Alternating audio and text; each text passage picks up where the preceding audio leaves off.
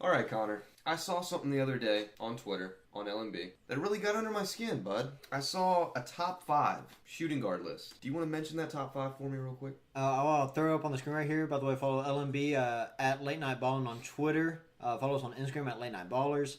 My top 5 shooting guards. I had James Harden, I had Klay Thompson, I had Bradley Beal, I had DeMar DeRozan, and I have Victor Oladipo. So what's wrong with that? We don't disagree on much. We don't disagree with much with what Will has to say.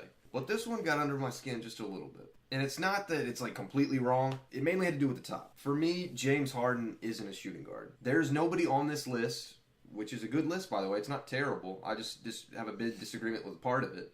There's nobody on this list that's averaging the amount of assists that James Harden does. He's averaging 9 assists a game this year, along with 30 points. To me, he's something different. Like, there's few guys in this league that are just above everybody else, and James Harden is in that category. Now, I know you've probably heard this before, but people have said that the NBA is moving to positionless basketball. Would you agree with that? Yeah, 100%. See, I don't. I think that there are few players in this league that can do that. I don't like it, but I think it is moving towards that. But not everybody's going to be able to do it. Oh, no. There's still going to be people that can fit in a position, and that's good for them. Mm-hmm. I've heard Brad Stevens say there's only 3 positions in my book: a point guard, a wing, and a big. There's not every player that's coming into the league is going to be able to do that. We've seen that before. I just want you to rattle off a couple of players that you define as transcendent. Now, before you do that, I want to say it is moving in that way in terms of the definition of greatness and transcendent players. Transcendent players have to be positionless, I think. Mm-hmm. That's what it's defined as now. That doesn't mean basketball is technically becoming positionless. I want you to rattle off a few names that you think are transcendent players right now. All right, 1, Ben Simmons. Mm-hmm. Body of a big man, got the athleticism of a wing, the vision of a point guard. Mm-hmm. So that's a combination of like all 3 like types of positions. Just rattle off a few more players like that. All right, we got Kristaps, body of a big man, can shoot like a wing. We got Giannis, body of one of the biggest wings we've ever seen, can also play point guard. LeBron. You have to say LeBron. LeBron, he is a 6'8" point guard. James Harden's one, I think. James Harden, yeah, because he used to play the wing, but now he's a point guard. Now, there's probably more. I mean, we could probably think of some off the top of our head. Thon Maker. But are any of those guys you mentioned shorter than 6'6"? No. And that's kind of where my point's going. Only few players. I'm kind of excluding transcendent point guards that are like shorter than 6'4". But in terms of like transcendent players, We could say this. Draymond, 6'7", body of a wing. Yeah. Is a dominant big man. He's another one. He's a transcendent player to me. I don't like him, but his game is that. And he's not shorter than 6'6". Yeah. He's a transcendent player above 6'6" that plays positionless. To me, I have to take Harden off that list because he's transcendent to me. I'll say this. He's not good in the playoffs. But if he wins one championship, is he not a first ballot Hall of Famer? If he keeps if he wins pace, one ring. he's a first ballot Hall of Famer, right? I hope you guys think so. Comment and let us know if you disagree. But for me, he's the second best point guard in the league behind LeBron James because I'm considering LeBron the point guard. For my list, this is where I have to disagree with you. Number 1, I know you mentioned Devin Booker as an honorable mention. I have him number 1. Number 2, Klay Thompson. Klay Thompson would be number 1. Like I've said, I've been a big advocate of Klay Thompson on this channel. In a couple of past videos, if you want to look at those, I think we'll put them up at the end of the video. But I think if Klay Thompson had his own team and he had a point guard that is committed to giving him the ball like Chris Paul or somebody like that, or Lonzo Ball, he'd be averaging 25, 26 a game because he has the best three-pointer out of all these shooting guards on this list. The best. I don't think that's any question. And he's the best two-way shooting guard in this list. But right now I have him 2 behind Devin Booker. 3, I have DeMar DeRozan. 4, I have kind of tough. I think I'm differing between Oladipo and Beal. I think I'm going to put Beal there now just because Beal's been better longer throughout his career. And I'm going to put Oladipo at 5. Okay. Do you totally disagree with that list? I still consider James Harden a point guard. Or a shooting guard. God. Yeah.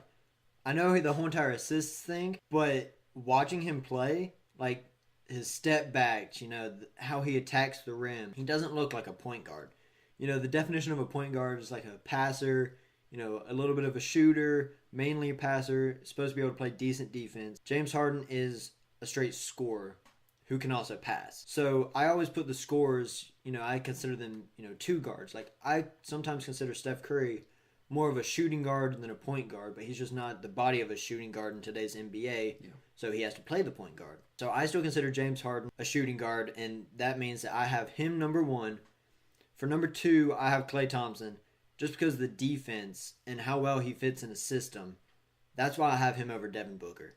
Just because He fits in with that Warrior system. He can play defense on basically any size defender except, like 7 foot and over big men. And he can shoot the rock. He is kind of spotty on some days, but he can shoot the rock and he can play great perimeter defense. So I have to have them at the second best shooting guard in the league right now. Third, I would have to go DeMar DeRozan just because of their record. He's leading that team. What do you have? 45 points against the 76ers a few days ago, and no one talked about it. Yeah, he did. Toronto's just been really quiet in the news. No one talks about Toronto this season. And then for specifically this season, I'd go Victor Oladipo over Devin Booker and have Devin Booker at the 5. Just because Oladipo, he's averaging 25 points a game. He's scoring, yeah. 25 points a game. That's crazy. But that's just, I hate to say it, but that is just this year. Yeah. So far, small sample size. And I can't put Oladipo, I hear what you're saying, and he's really good. He's taken the Pacers to places they weren't expecting to be this year. But it's just October to January now. So that's just the only reason I can't put him above Beal. But Devin Booker to me is just the best pure scoring shooting guard.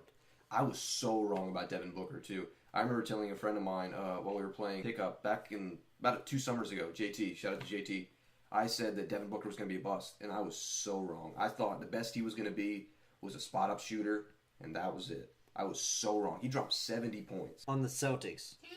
Avery Bradley wasn't playing. Yeah.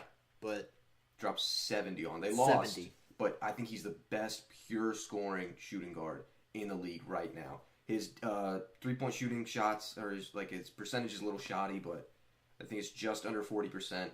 But man, I was so wrong about Devin Booker. And the reason I don't have Bradley Beal up there is because whenever John Wall was out, Bradley Beal did show off stats-wise, but win-wise, they could not buy a win. I mean, they did win some games against easy teams, but whenever they played harder defensive teams, they just could not score. So that's why I have Bradley Beal lower, because at least people like DeMar DeRozan, Devin Booker. Well, Devin Booker doesn't lead his team to wins, but it's the Suns.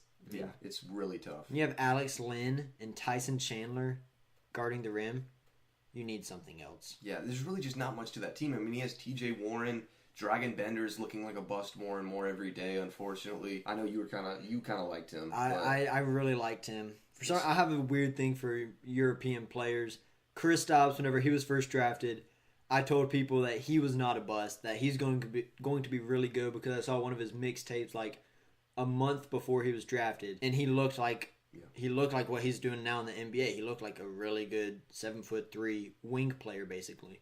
And I thought the same thing with Dragon Bender. I kind of thought he was the same way. Big man who can also shoot, and he was pretty athletic. He's not shown anything. Mm-mm. And Josh Jackson's been quiet too this year. Yeah. Not even mentioned in the Rookie of the Year running. So Devin Booker's got nothing really to work with on offense. I just think he's been playing phenomenal. I think he's going to be one of the better pure shooting guards.